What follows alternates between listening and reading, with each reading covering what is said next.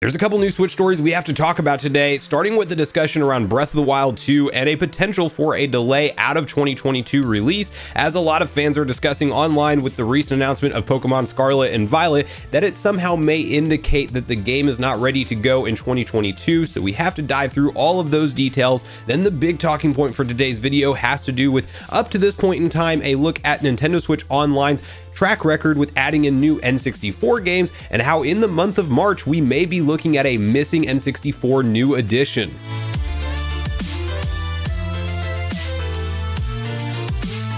What's up, Nation? If it's your first time on the channel, make sure you join Sunbro Nation by subscribing below, hit the like button on this video if you enjoy it today, and make sure you turn on your bell notification icon so you're kept up to date with all the newest gaming news. Now, as I mentioned, guys, we got a couple different topics to cover today, and the first of which has to do with a discussion I'm seeing more and more online that has a lot of Zelda fans under the impression that maybe 2022 is not the year for Breath of the Wild, as of course, if you rewind back to the E3 presentation where we got the second ever trailer for this game, and while it revealed the land in the sky and things like that, we still haven't seen a real clear look at detailed gameplay or anything like that. And there was the very infamous line from Mr. Aonuma stating that we are aiming for a 2022 release, obviously giving them a window to push this to a year like 2023 if needed. Then if you fast forward to just a few days ago, we of course got the announcement of Pokemon Scarlet and Violet, which claims to be the first true attempt at a open world Pokemon experience.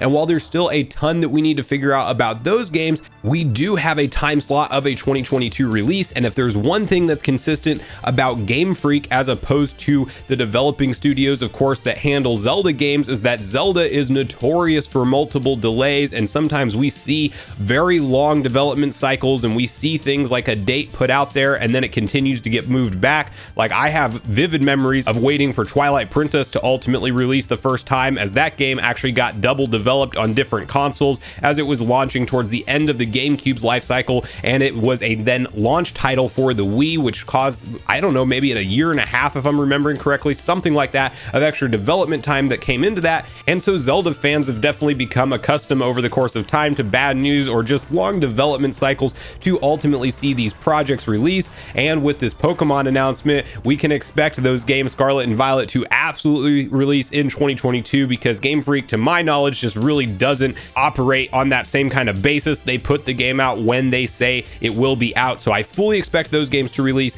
Breath of the Wild 2 is definitely still a question mark, and one that could see something like a 2023 release, but I'm here to tell you guys that I don't believe that there is any correlation between Scarlet and Violet being released this year and Breath of the Wild 2. I think Zelda fans out there that are worried about this can get that out of their mind, because while there is definitely overlap in the audiences that these games go to, Zelda fans are still a hardcore Zelda pool of people, and then there's Pokemon fans that are a hardcore Pokemon pool of people, and I happen to be both and pick up both style of games, although Zelda is definitely ranked above Pokemon for me personally, because it's just, I mean, it's my favorite gaming franchise of all time. That said, I will still be picking up all of these titles when they release, Scarlet, Violet, and whenever Breath of the Wild 2 does end up hitting retail shelves. That's for sure, obviously, a day one purchase for me on all of those games. And I don't think that Nintendo sees this as flooding the market with the same style of game, because at the core, they are very different experiences. And while we don't know exactly what Scarlet and Violet will offer in terms of combat styles, like we haven't seen all of that yet,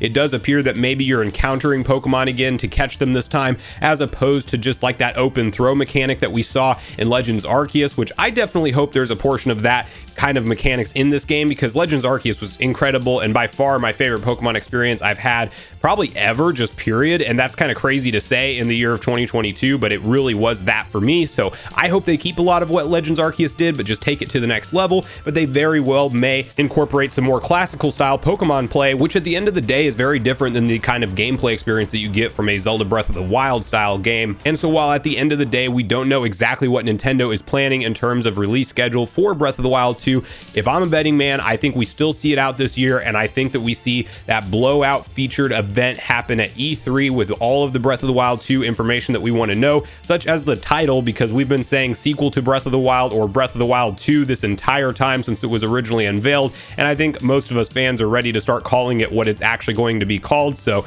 I think all of that stuff happens at E3, E3, and I still think that this is a late fall release for Nintendo. Probably they definitely want to capitalize on holiday season sales for a game like this, so I could definitely see them putting this out in an October or November. And you'd probably have to say November is definitely the month for the Pokemon games as well. Maybe October makes the most sense. We'll have to wait and see with all of that, but I do definitely think that there's still a high probability that Breath of the Wild 2 does launch in 2022. And regardless of what happens behind the scenes, I don't think that Pokemon Scarlet and Violet are any indication to go off of to say that that's the reason that the game is being held back, or that's the indication rather that the game won't be coming out this year. So I want to hear from you guys in the comments down below, your personal thoughts and speculation around when you think we'll see the next feature of Breath of the Wild 2. Do you think it's going to be at an E3 or Summer Direct like I am thinking, or do you think indeed this game may be pushed back even longer and we won't get a glimpse of it again until something like a September Nintendo Direct, or 2023 becomes the release window for it? And bonus question, what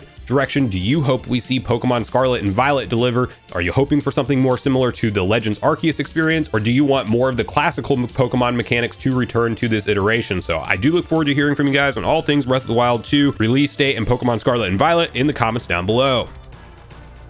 Now, the other story we're talking about today has to do with Nintendo Switch Online Plus expansion pack, specifically around N64 games and the release schedule for them, because up to this point in time, of course, we've never gotten a rigid commitment from Nintendo on when they will add in new games to N64 Online, and we've kind of come under the impression that as time has gone on and the service has been out, that one game per calendar month would be the expectation, just because that's how it's happened so far, with, of course, first the edition after the service launched in late October. We got the first edition of a new game, which was Paper Mario, back in December, and we got a Twitter drop announcement with the trailer promoting that game as being the December window announcement. Of course, next up on the list was Banjo-Kazooie, confirmed to be the January title, and then of course right when that game actually went live on January 20th, they followed it up with a tweet that Majora's Mask would be the February game. So the whole point of this video and this discussion right now is really a look at the history so far with these N64 games, and how so far we've always known what the next month's game will be before we are in this month. Now, I'm not saying that March can't still get a game. Clearly Nintendo does Nintendo things, but while I've been praising the service a lot recently for very big additions to add value to it, such as most notably the Mario Kart 8 Deluxe DLC booster pack being offered as part of the ongoing subscription price at that $50 price point, which definitely makes it worth it if you have any kind of crossover for Animal Crossing fans and Mario Kart 8 Deluxe DLC fans. Like, you can get both of those DLCs, which would have been sold for $25 individually each, and you already have the price back of the annual price of Nintendo Switch Online Plus expansion pack, plus you have a library of N64 games and Sega Genesis games to go through, which is very exciting. But then of course the other great news for the expansion pack is Nintendo actually listening to fans when it comes to performance complaints and going back and fixing things like the fog rendering in Ocarina of Time. It totally works in that game now with the addition of the Majora's Mask update, which actually updated the app to the 2.0 version, and it fixed a ton of different issues in different games. Some crashing issues in Paper Mario that were discovered were addressed and fixed,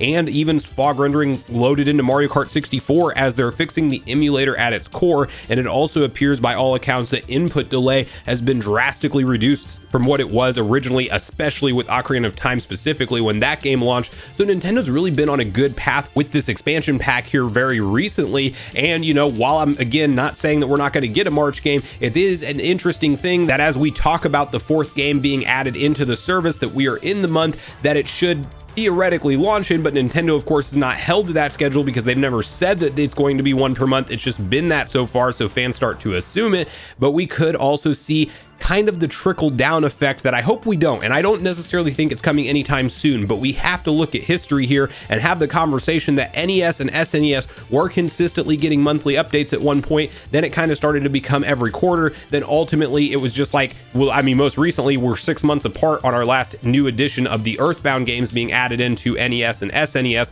and it's pretty clear at this point that Nintendo is treating those consoles almost as if they're finished with their library of games, as opposed to continuing to update them with new titles titles being added in for the base tier subscribers that are still paying their $20 annual price or their monthly tier price. So my big hope is that I make this video and then in the next couple of days we get the announcement for whatever the March title is. I'm personally holding out hope for F-Zero X. I really want to replay that game again. If not, maybe Kirby and the Crystal Shards. That would be a great replay through. And then also I think we have Pokemon Snap on the horizon somewhere, which that would be cool to go back and play. But outside of, booting it up and having some nostalgia for a few minutes, I definitely don't think I'll play through that one near as long as the other two titles that we know about. And then we have to start to have the conversation of unannounced titles that may be featured at something like a summertime or E3 window direct. But I want to hear from you guys at this point in the video on what your personal speculation is with when we will see the next N64 game release. Do you think it's something that we are seeing Nintendo maybe not stick to a consistent schedule, or do you think it's too early to have this conversation and maybe we will in the next week get a title announcement and then the game followed up, because that will be the first time we've seen them announce a game and release it in the same calendar month. So it will be an interesting thing to see unfold. But I want to hear from you on your personal thoughts on the service as a whole, because I know a lot of people's minds have slowly changed with all of these additions, and then there's others out there that feel like it's just a rental service and they still want to see things like Virtual Console brought back with the ability to buy games digitally. So regardless of where you fall on the issues, I do want to hear from you guys in the comments down below, as I do look forward to getting a back and forth conversation started with you all around these topics. Make sure you check out yesterday's video if you haven't already, where we discussed the massive Nvidia leak that just hit the internet. That clearly shows files that Nintendo is working with Nvidia on a upgraded chipset that does support DLSS resolution upscaling on whatever the next gen Switch is, or maybe it's that long rumored Switch Pro. Also make sure you like, subscribe, and turn on your notification bell, and I will see you guys in the next video.